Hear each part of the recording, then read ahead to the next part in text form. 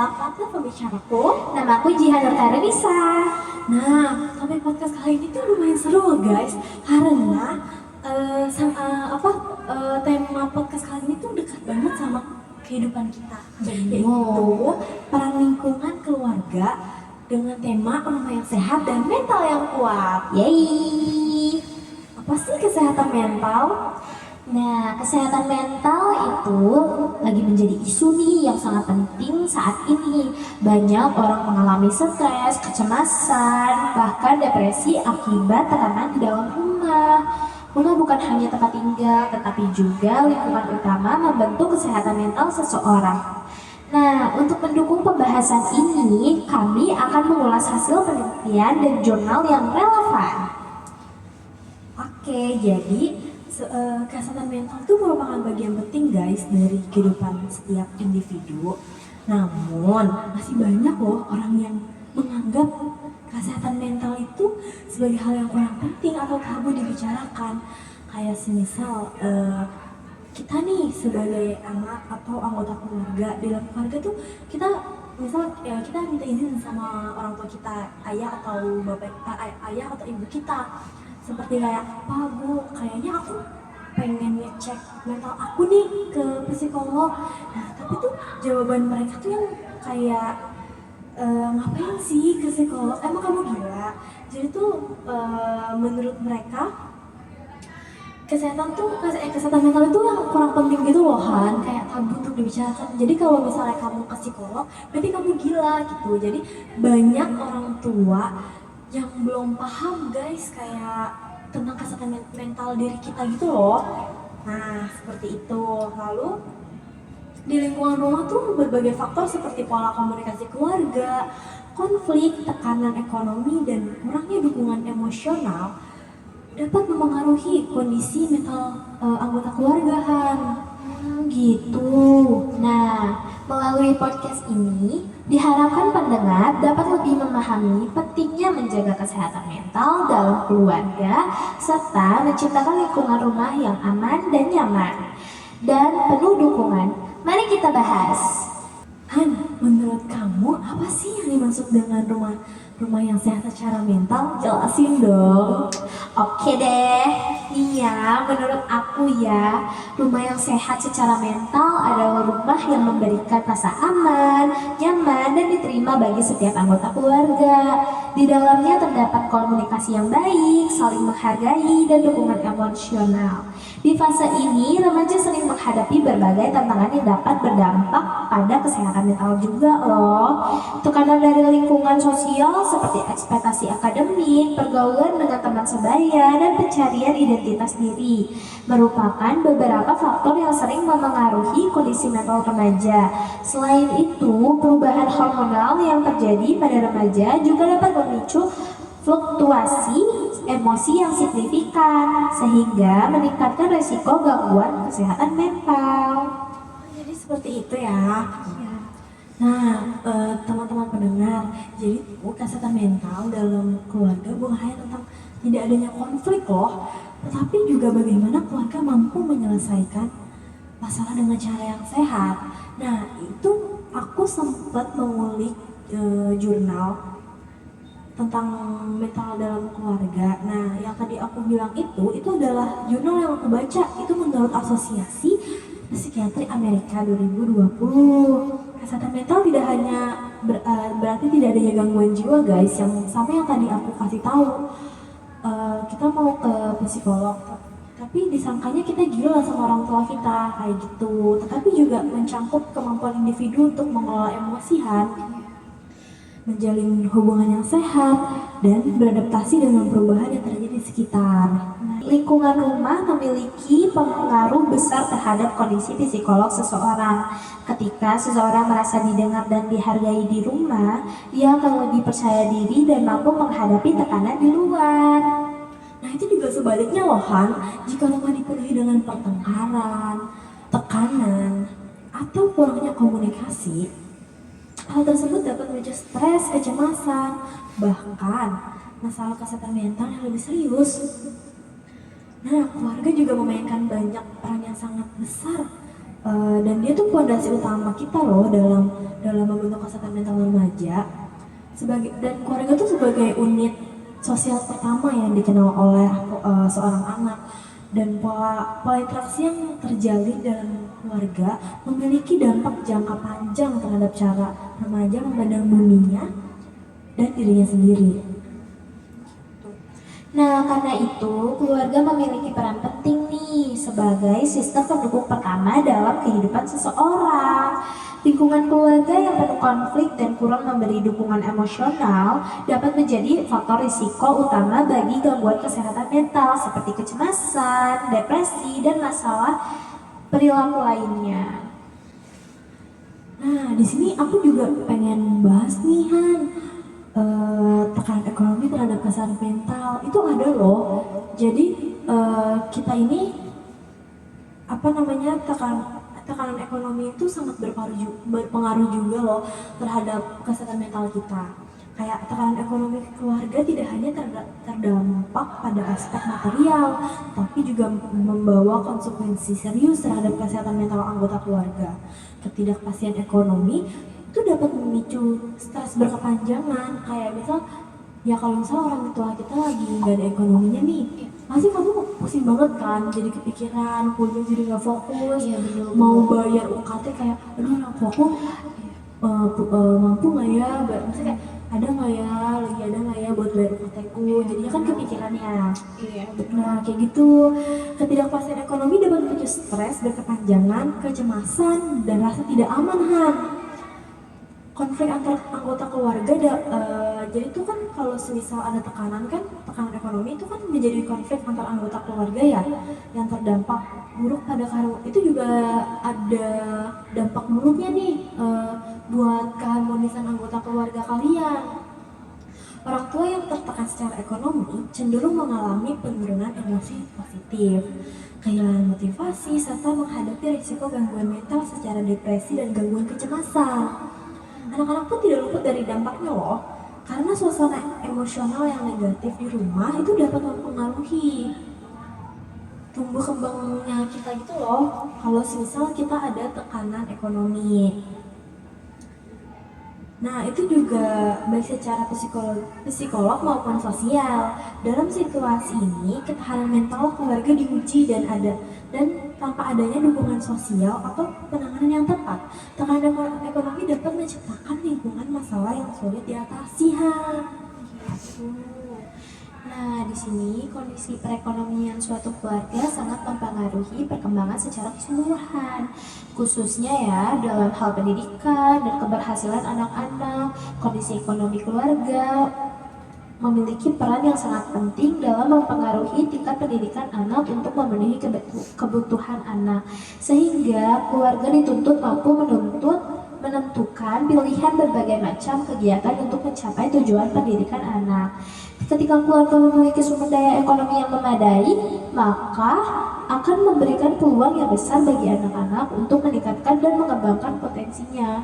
Anak-anak yang tumbuh dalam rumah tangga yang stabil secara finansial akan lebih mudah memenuhi kebutuhan primer dan sekundernya, terutama dalam hal pendidikan. Kondisi ekonomi orang tua tentunya berpengaruh terhadap peningkatan prestasi belajar anaknya apabila diperhatikan bahwa dengan adanya perekonomian yang cukup, lingkungan material yang dihadapi anak di keluarganya itu lebih luas. Nah, maka dapat diambil kesimpulan nih teman-teman, Jihan, bahwa tekanan ekonomi dalam keluarga itu merujuk pada suatu kondisi di mana sebuah keluarga menghadapi kesulitan finansial yang signifikan, sehingga mereka tidak mampu memenuhi kebutuhan dasar sehari-hari, baik itu pangan, sandang, papan, maupun kebutuhan lainnya seperti pendidikan atau rekreasi kayak jalan-jalan gitu. Nah, di sini juga nih, kan aku kan baca juga ya beberapa jurnalnya ya. Nah, di sini tuh ada beberapa faktor-faktor yang dapat ditingkatkan melalui konseling keluarga. Nah, yang pertama perhatian. Nah, perhatian yaitu menaruh hati pada seluruh anggota keluarga sebagai dasar utama. Hubungan yang baik antara anggota keluarga, baik pada perkembangan keluarga dengan memperhatikan peristiwa dalam keluarga dan mencari sebab akibat permasalahan. Juga terdapat perubahan pada setiap anggotanya. Yang kedua, pengetahuan. Perlunya menambah pengetahuan untuk memperluas wawasan yang dibutuhkan dalam menjalani kehidupan keluarga. Sangat perlu untuk mengetahui anggota keluarganya, yaitu setiap perubahan dalam keluarga dan perubahan dalam anggota keluarganya agar kejadian yang kurang diinginkan kelak dapat diantisipasi. Yang ketiga, ada pengenalan terhadap semua anggota keluarga. Hal ini berarti mengenali diri sendiri untuk memupuk pengertian-pengertian.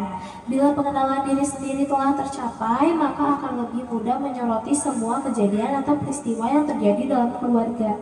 Masalah yang timbul akan lebih mudah diatasi. Yang keempat, ada sikap menerima.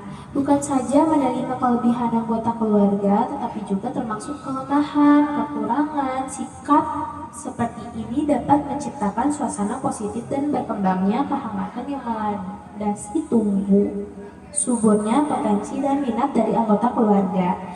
Yang kelima, ada peningkatan usaha. Dalam mengembangkan setiap dari aspek keluarga secara optimal, hal ini disesuaikan dengan setiap kemampuan masing-masing. Tujuannya yaitu agar tercipta perubahan ke arah yang lebih baik.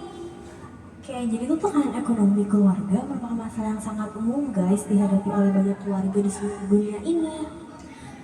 Tanpa memandang latar belakang sosial, ekonomi, atau budaya mereka. Kemiskinan dan pengangguran adalah dua faktor utama loh yang seringkali menjadi penyebab utama tekanan ekonomi dalam keluarga. Kemiskinan dapat menyebabkan keluarga kesulitan memenuhi kebutuhan dasar seperti makan, tempat tinggal, dan layanan kesehatan. Sementara pengangguran dapat mengurangi pendapatan keluarga juga dan meningkatkan ketidakpastian ekonomi. Dampak dari tekanan ekonomi ini tidak hanya dirasakan oleh individu dalam keluarga, tetapi juga dapat mempengaruhi hubungan antara keluarga secara signifikan. Stres ekonomi yang timbul akibat tekanan ekonomi dapat menyebabkan konflik ketegangan dalam hubungan keluarga karena setiap anggota keluarga mungkin memiliki cara yang berbeda dalam menghadapi tekanan tersebut. Ketika salah satu anggota keluarga merasa bahwa kontribusinya terhadap keuangan keluarga tidak dihargai atau tidak seimbang dengan kontribusi keluarga lainnya, dapat menimbulkan perasaan tidak puas, frustasi, dan dendam loh. Oh gitu, benar. Nah, mau masuk nih guys, cara menciptakan rumah yang sehat secara mental. Lalu, apa aja sih menurut kamu apa aja sih Han yang harus dilakuin untuk menciptakan rumah yang sehat secara mental? Nah, menurut aku ya, ada beberapa hal nih di sini, sederhana aja. Yang pertama, membangun komunikasi yang terbuka. Kadang ya kita sama keluarga tuh susah banget ya buat terbuka ya, gitu kan, kayak buat curhat atau apa tuh susah banget. Ya mungkin karena jarang ada waktu nggak sih Han? Kayak ngumpul gitu. Mereka lebih sibuk kerja, kayak gitu. Nah, yang kedua juga ada mendengarkan tanpa menghakimi. Nah, kadang tuh kayak orang tua kan suka kayak ngedengerin kita, tapi mereka tuh nggak hakimin juga, kayak ngerasa tuh kayak mereka tuh nggak mau kalau kita tuh bener, mungkin kita salah mulu. Ada apa lagi nih Han? Nah, yang ketiga tuh ada menghargai perasaan setiap anggota keluarga. Itu wajib banget. Mau ngehargain perasaan anaknya, mau ngehargain perasaan orang tua, itu wajib banget guys. Harus semua ya kan, harus saling menghargai, maksudnya kayak sama semua anggotanya harus saling memahami gitu. Benar sekali. Terus yang keempat ada meluangkan waktu bersama. Nah, ini nih perlu banget guys, quality time bareng sama keluarga kalian tuh perlu banget ya, supaya kita tahu satu sama lain kan. ya. Benar. Apa yang kamu rasa, atau ayah atau bunda kamu, atau mungkin kakak adik kamu gitu kan, gitu guys. Ya benar benar. Terus nih yang terakhir ada menyelesaikan konflik dengan tenang dan saling menghormati. Kan gak di setiap rumah ya ada tuh rumah yang bisa menyelesaikan konfliknya itu dengan tenang dan dengan saling menghormati. Ada juga yang nyelesain konfliknya itu dengan cara kayak silent treatment aja. Serem. Nggak boleh ya guys, itu bener-bener yang itu nggak baik buat mental kita, karena silent treatment itu bener-bener kayak jadi tekanan batin buat kita guys, dan itu nggak baik buat kesehatan mental kita. Bener-bener itu gak baik banget guys. Terus keluarga yang memberikan perhatian, kasih sayang, dan komunikasi yang baik dapat menciptakan lingkungan yang kondusif bagi perkembangan mental remaja. Dukungan emosional dari keluarga seperti pengakuan atas perasaan dan pengalaman remaja maupun membantu mereka menghadapi tekanan dari lingkungan luar, termasuk tuntunan akademik dan dinamika sosial. Oleh karena itu, penting untuk memahami faktor-faktor yang mempengaruhi kesehatan mental remaja, terutama dalam konteks keluarga. Gitu sekarang. Iya, jadi aku juga punya tambahan nih, bisa juga nih seperti makan bersama, terus berbagi cerita tentang aktivitas sehari-hari, terus sekedar menanyakan kabar, itu juga bisa memperkuat hubungan keluarga loh guys. Kayak misal nih aku tuh seharian itu misal pagi ke kampus, terus sore atau malam baru pulang. Nah itu tuh abis aku bersih-bersih atau abis makan dan selesai semua, itu biasanya aku cerita nih tentang hari-hari aku ke mama atau ke ayah aku, kayak gitu, kayak tadi kayak gini loh di kampus, atau misal sekedar ngasih aku capek nih di kampus seharian aktivitas. Pokoknya kita tuh harus ada komunikasi di setiap harinya sama keluarga di rumah, teman-teman. Nah, itu Bener hal. banget. Oh iya, bener. Nah, lanjut ya guys. Di era digital seperti sekarang, salah satu tantangan terbesarnya adalah kurangnya interaksi langsung antara anggota keluarga. Betul Han, terkadang semua tuh sibuk dengan HP-nya masing-masing loh. Betul. Sehingga komunikasi menjadi kurang. Kayak sekarang tuh orang tua kita lebih sibuk dengan HP-nya, dengan gadgetnya. Nah ya guys, di era digital seperti sekarang, salah satu tantangan terbesarnya adalah kurangnya interaksi langsung antara anggota keluarga. Betul Han, terkadang tuh semua tuh sibuk dengan HP-nya masing-masing, sehingga menjadi komunikasi antara keluarga tuh kurang. Kayak misal kita nih udah sibuk juga dengan HP kita, orang tua kita sibuk dengan TikToknya, Facebooknya, atau dengan bercerita bersama sahabat-sahabatnya. Jadi komunikasi buat kita atau komunikasi keluarga tuh jadi berkurang. Iya, benar. Karena sekarang tuh di era digital, di era modern ini tuh orang tua lebih sering melihat HP-nya, atau nonton drakor atau scroll TikTok seperti itu, sehingga membuat kita kekurangan waktu untuk ngobrol bersama. Iya, apalagi orang tua tuh kalau udah megang HP ya, diajak ngobrol tuh udah kayak, aduh, udah gak mau gitu ngejawab. Iya, didiemin ya kita ya. Kesel banget ini. Bener banget. Terus ya, karena itu pentingnya untuk menciptakan waktu khusus bagi keluarga agar dapat berinteraksi tanpa gangguannya teknologi. Nah, kayak gitu ya teman-teman pendengar. Dari pembahasan ini kita dapat memahami nih bahwa rumah yang sehat bukan hanya bersih secara fisik, tetapi juga sehat secara emosional dan psikologis. Nah, ketika keluarga saling mendukung, menghargai dan berkomunikasi dengan baik, maka tercipta mental yang kuat bagi setiap anggotanya. Nah, terima kasih kepada seluruh pendengar yang sudah mengikuti podcast kita kali ini. Ingat ya, rumah yang sehat akan melahirkan mental yang kuat. Bye-bye, sampai jumpa dan tetap jaga kesehatan mental kalian. I just had to let you know you're